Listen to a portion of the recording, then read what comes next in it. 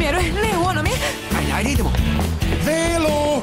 Moram ti reći jednu vijest, ljepotice. Jedan maleni detalj. Zamijenit ćeš Ludmilu u točki u zraku. Ha? Molim?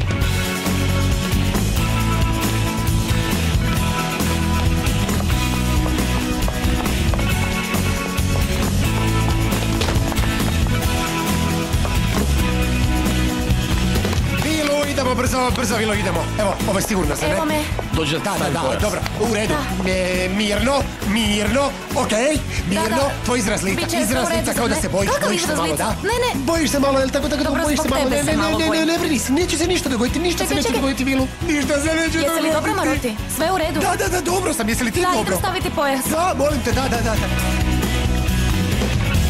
Oprostite, ispričavam se, ja sam supernova ove predstave. Ja sam supernova ove predstave. Pustite me da prođem, moja publika me čeka. Iskaznice? Ne, nemamo ih, ali ona je Ludmila i ona je dio šova. Bez iskaznice ne ulazi niko. Da vidimo, Fede, pusti me. Da. Ne, pusti me na pod. Da.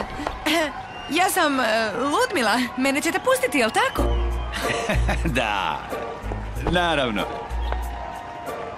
Znaš li koliko njih govori da su Ludmila? Dobro, da, ali ja sam prava. Usporedite s fotografijama, identične smo. Gledajte.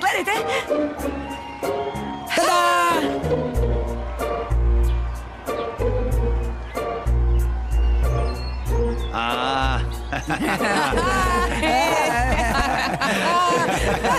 Svejedno bez iskaznice ništa. Dobro, zovite Marotija. Usred predstave. Zovite njegovog pomoćnika, ali učinite nešto.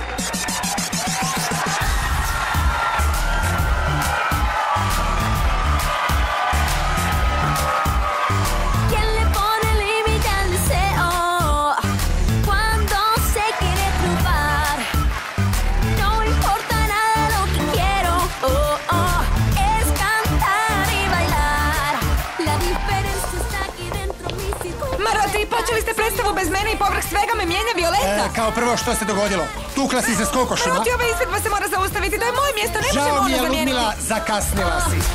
Somos magnéticos,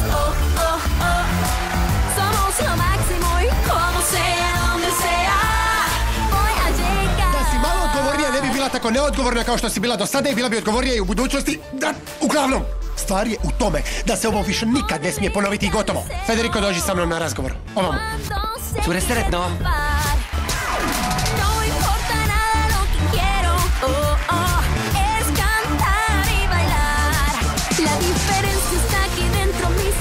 Ona je stvarno jako lijepa, zar ne? Nevjerojatno je.